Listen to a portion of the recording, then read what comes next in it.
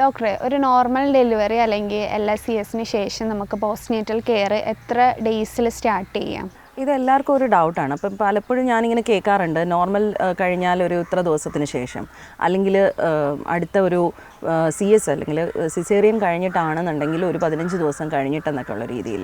ശരിക്കും പ്രസവരക്ഷ എന്ന് പറയുന്നത് ജസ്റ്റ് കിഴിയിടലോ മസാജോ അല്ല എന്നുള്ളതാണ് എല്ലാവരും മനസ്സിലാക്കേണ്ട ഒരു കാര്യം.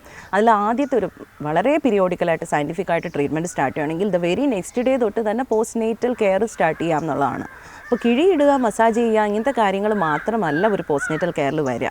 അപ്പോൾ ആദ്യത്തെ ഒരു സ്റ്റേജിൽ ഇപ്പം ഈവൻ സിസേറിയൻ ഒക്കെ ആണെന്നുണ്ടെങ്കിൽ ഇവർക്ക് ഭയങ്കര ഇൻഫ്ലമേഷൻ, പാലുണ്ടാവാൻ തന്നെ സാധ്യത കുറവാണ്. ആ സമയത്ത് നല്ല വേദന, നീര്. അപ്പോൾ ഈ സമയത്ത് നമ്മുടെ ആദ്യത്തെ ഒരു സ്റ്റേജ് ഓഫ് ട്രീറ്റ്മെൻറ്റ് എന്ന് പറയുന്നത് ആൻറ്റി ഇൻഫ്ലമേറ്ററി ആണ്. ഡോക്ടർ കണ്ടിട്ടുണ്ടാവും, നമ്മളിവിടെ ആദ്യത്തെ കഷായ ധാരയൊക്കെ നമ്മൾ പ്രൊവൈഡ് ചെയ്യുമ്പോൾ ഇവരുടെ എഡിമ കുറയുന്നതും ഇവരുടെ പാലുണ്ടാവുന്നതും വേദന കുറയുന്നതും അവർ കുറേ കൂടെ ഫ്ലെക്സിബിൾ ആവുന്നതും ഒക്കെ കണ്ടിട്ടുണ്ടാവും. അപ്പോൾ പോസ്റ്റ്നേറ്റൽ കെയർ സയൻറ്റിഫിക് ആയിട്ട് പോവുകയാണെങ്കിൽ ആ ഡെലിവറി കഴിഞ്ഞ ഉടനെ തന്നെ പോസ്റ്റ്നേറ്റൽ കെയർ സ്റ്റാർട്ട് ചെയ്യുകയാണ്. അതിനകത്ത് പോസ്റ്റ്നേറ്റൽ കെയറിൽ ന്യൂട്രീഷൻ, നല്ല ഫുഡുണ്ട്, മെഡിസിൻസ് ഇൻറ്റേർണലി ഉണ്ട്. എക്സ്റ്റേണൽ ട്രീറ്റ്മെൻറ്റ് മാത്രമല്ല, അല്ലെങ്കിൽ കിഴിയിടൽ മാത്രമല്ല പോസ്റ്റ്നേറ്റൽ കെയർ എന്ന് മനസ്സിലാക്കുക.